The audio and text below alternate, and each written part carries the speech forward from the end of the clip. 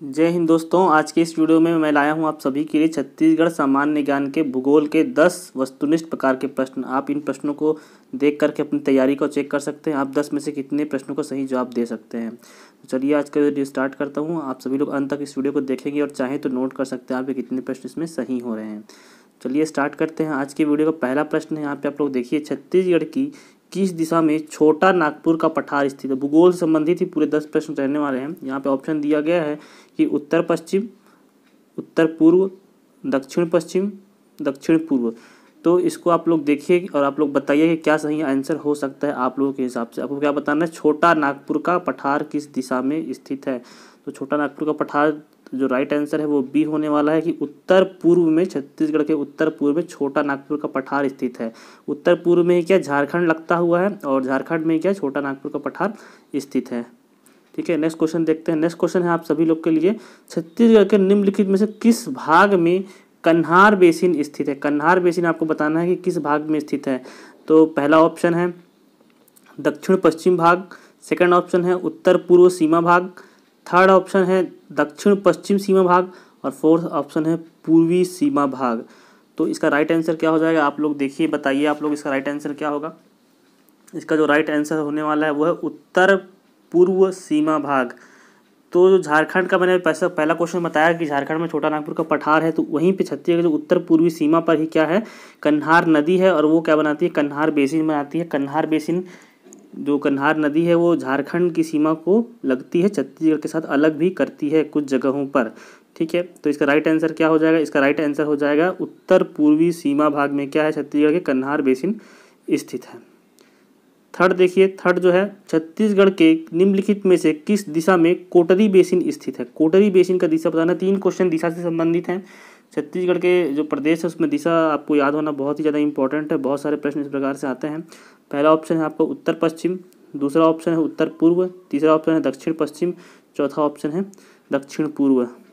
तो इसका right answer क्या हो जाएगा, राइट आंसर बताता हूँ आपको। वीडियो फास्ट लगे तो आप लोग पॉज कर सकते हैं। इसका राइट आंसर क्या हो जाएगा, दक्षिण पश्चिम में स्थित है छत्तीसगढ़ के कोटरी बेसिन। कोटरी एक्चुअली नदी है जो राजनांदगांव जिले से निकलती है और इंद्रावती की सबसे बड़ी सहायक नदी है। तो कोटरी बेसिन किस दिशा में स्थित है, वो हो जाएगा दक्षिण पश्चिम। ठीक है, नेक्स्ट क्वेश्चन देखते हैं। क्वेश्चन नंबर जो 4 है उसको आप लोग देखिए, छत्तीसगढ़ का सर्वाधिक भौगोलिक क्षेत्र किसके अंतर्गत आता है। पहला है पहाड़ों के अंतर्गत आता है, मैदानों और नदियों बेसिन के अंतर्गत आता है, तीसरा पाट प्रदेशों के अंतर्गत आता है और चौथा पठारों के अंतर्गत आता है। ये प्रश्न दोस्तों एग्जाम में पूछा गया है, पीएससी के एग्जाम में, और इसका जो राइट आंसर है वो मैं आपको बताता हूँ। इसका राइट आंसर क्या हो जाएगा, पठारों के अंतर्गत। छत्तीसगढ़ का जो सर्वाधिक भौगोलिक क्षेत्र है वो किसके अंतर्गत आता है, पठारों के अंतर्गत आता है। ये 4th ऑप्शन था। ठीक है, 4th क्वेश्चन था, सॉरी। और इसका राइट आंसर क्या है, पठारों के अंतर्गत। नेक्स्ट क्वेश्चन देखिए, क्वेश्चन नंबर 5 है, इस राज्य के प्राकृतिक विभागों में कौन शामिल नहीं है। आपको नहीं है शामिल वो बताना है। पहला ऑप्शन है पूर्वी बघेलखंड का पठार, दूसरा ऑप्शन है महानदी बेसिन, तीसरा है दंडकारण्य का पठार, चौथा ऑप्शन है दक्कन का पठार। तो इसमें से छत्तीसगढ़ के जो प्राकृतिक विभाग है उनमें से कौन शामिल नहीं है। इसका राइट आंसर क्या हो जाएगा, 4th दक्कन का पठार। दक्कन का पठार महाराष्ट्र में स्थित है। ठीक है, और पूर्वी बघेलखंड का पठार, महानदी बेसिन और दंडकारण्य का पठार जो है छत्तीसगढ़ में स्थित है। साथ में छत्तीसगढ़ के पाट प्रदेश भी स्थित है। 4 भौगोलिक विभागों में बांटा गया है। नेक्स्ट क्वेश्चन देखिए, क्वेश्चन नंबर जो 6 है उसमें आपको बताना है, छत्तीसगढ़ राज्य के देशांतरी विस्तार की तुलना में अक्षांशीय विस्तार कैसा है। देशांतरी विस्तार क्या होता है और अक्षांशीय विस्तार क्या होता है, अगर आप लोग को ये पता होगा तो आप निश्चित रूप से इसका आंसर दे पाएंगे। तो पहला ऑप्शन है कम है, दूसरा ऑप्शन है अधिक है, तीसरा ऑप्शन है बराबर है और चौथा ऑप्शन है कि मालूम नहीं किया जा सकता है कि किस प्रकार से है।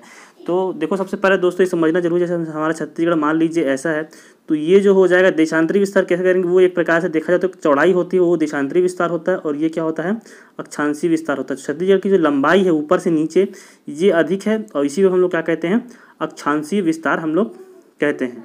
तो क्या हो जाएगा हमारा राइट आंसर क्या हो जाएगा, ये अधिक हो जाएगा। हमारा जो है राइट आंसर अधिक है।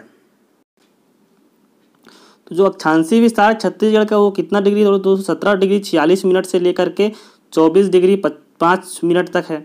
तो ये ज़्यादा बड़ा है अक्षांशीय विस्तार। और जो देशांतरी विस्तार है वो 80 डिग्री से है, 80 डिग्री 15 मिनट से लेकर के कहाँ तक है, 84 डिग्री 24 मिनट तक। तो देशांतरी विस्तार क्या है, लगभग 4 का ही अंतर है और अक्षांशीय विस्तार उसमें लगभग 7 का अंतर है। तो अक्षांशीय विस्तार क्या है, अधिक है। नेक्स्ट क्वेश्चन देखते हैं, क्वेश्चन नंबर जो 7 है। यहाँ पे आप लोग देखिए कि छत्तीसगढ़ राज्य के कितने जिलों की सीमा महाराष्ट्र से लगती है। तो महाराष्ट्र आपको पता होगा छत्तीसगढ़ के पश्चिम में स्थित है। यहाँ पर महाराष्ट्र है, मान लो छत्तीसगढ़ है ये, तो महाराष्ट्र क्या है, पश्चिम में स्थित है। तो इसमें कितने राज्यों को कितने जिलों की सीमा लगती है, इसका राइट आंसर क्या हो जाएगा, 4। छत्तीसगढ़ के 4 जिलों की जो सीमा है वो महाराष्ट्र से लगती है। 4 जिले कौन कौन से हो जाएंगे, अगर मैं नाम बात करूँ तो पहला हो जाएगा राजनांदगांव हो जाएगा, उसके जस्ट नीचे में कांकेर हो जाएगा, उसके बाद नारायणपुर हो जाएगा, उसके नीचे क्या हो जाएगा, बीजापुर हो जाएगा। तो ये 4 जिले जी हैं जिनकी सीमा क्या लगती है, महाराष्ट्र से लगती है। नेक्स्ट क्वेश्चन देखिए, क्वेश्चन नंबर जो 8 है, क्वेश्चन नंबर जो 8 है, इसमें देखिए छत्तीसगढ़ राज्य का निम्न में से कौन सा जिला सर्वाधिक राज्यों से घिरा हुआ है।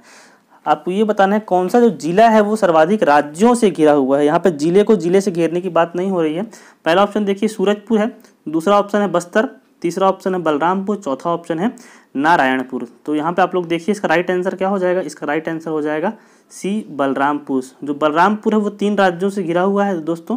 एक और जिला है सुकमा, वो भी 3 राज्यों से घिरा हुआ है, लेकिन सुकमा ऑप्शन में नहीं है, तो इसलिए राइट आंसर क्या हो जाएगा, बलरामपुर ही क्या हो जाएगा, इसका राइट आंसर हो जाएगा। बलरामपुर किन किन बात करूँ किन किन राज्यों से घिरा हुआ है, तो यूपी है, एमपी है और झारखंड है। ठीक है, तो यूपी, एमपी, झारखंड तीनों से क्या बलरामपुर की जो सीमा है वो लगती है। नेक्स्ट क्वेश्चन देखिए, क्वेश्चन नंबर 9 है, छत्तीसगढ़ राज्य के किस भाग में गोंडवाना युगीन शेष पाई जाती हैं। तो इसका ऑप्शन देखिए बैलाडीला है, महानदी बेसिन है, बघेलखंड का पठार है और मैकल श्रेणी है। तो किसमें आपको मिलेगा गोंडवाना युगीन शेष जो पाई जाती हैं, इसका राइट आंसर क्या हो जाएगा, गोंडवाना कहाँ पाया जाएगा, आपको बघेलखंड के पठार में गोंडवाना पाया जाएगा। गोंडवाना में क्या मिलता है, मेनली हम लोग को गोंडवाना में मिलता है कोयला मिलता है।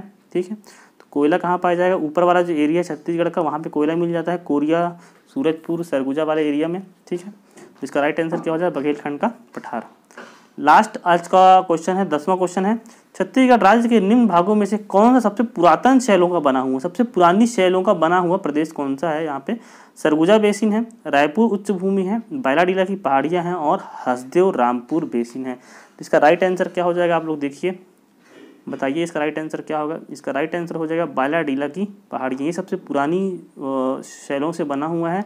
आर्कियन जो होती है सबसे पुरानी शैल होती है। आर्कियन के बाद आता है धारवाड़, तो ये लगभग आर्कियन और धारवाड़ से मिलाकर क्या बना हुआ है, बैलाडीला की पहाड़ियाँ। यहाँ पे बहुत मात्रा में लौह अयस्क पाया जाता है। तो दोस्तों आज के 10 क्वेश्चन हैं, आप लोग के कितने क्वेश्चन सही हुए इस 10 में से आप लोग कमेंट बॉक्स में कमेंट करके बता सकते हैं। और अगर आज तक देखें हैं, वीडियो पसंद आया है तो वीडियो को लाइक कर सकते हैं और शेयर कर सकते हैं। मिलता हूँ आपसे अगले वीडियो में, तब तक के लिए धन्यवाद। जय हिंद।